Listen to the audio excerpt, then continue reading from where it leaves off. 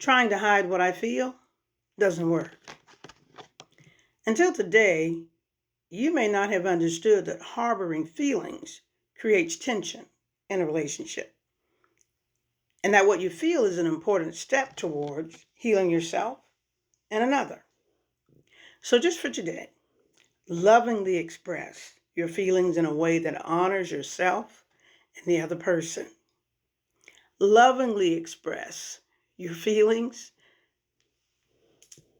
that honors yourself and others.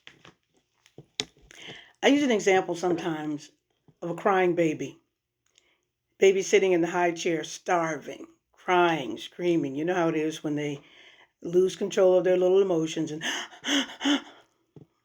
here you are, you're frustrated trying to feed the baby. You got the food and you're shoving it down its throat. This is what you need. Take it. Stop crying.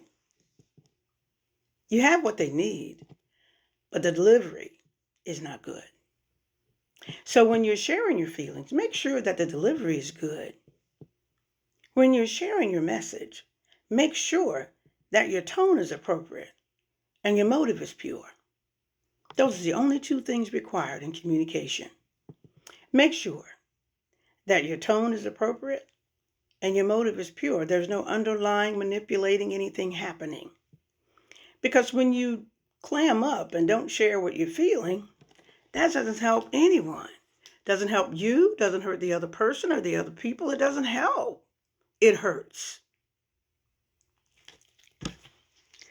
Trying to hide what I feel doesn't work. Trying to hide what you feel doesn't work. If you want clarity, ask for it. If it's not clear, honey, ask for it. How do you feel? Because people tend to send mixed messages. They're saying one thing but doing another. That's not coincidental. You're not crazy. You're not hallucinating. You are observing. So you may not have understood that harboring those feelings, keeping them on the inside, suppressing. I told you when you suppress and don't express, there's going to be an explosion. You don't want that. Good communication is key. I see numerous couples, and the first thing they answer when I ask, so what brings you in? Poor communication. I said, that's pretty broad. Let's get down to some specifics. And sometimes the person is just not actively listening. Active listening means that you don't just hear what they're saying. You're listening and understanding. You're not waiting to respond. You're not waiting for them to shut up so you could put your 2 cents in. That's not active listening.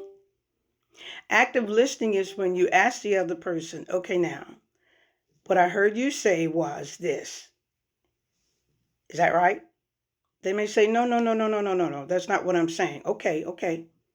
Now you're on the right track. Repeat what you think the other person said.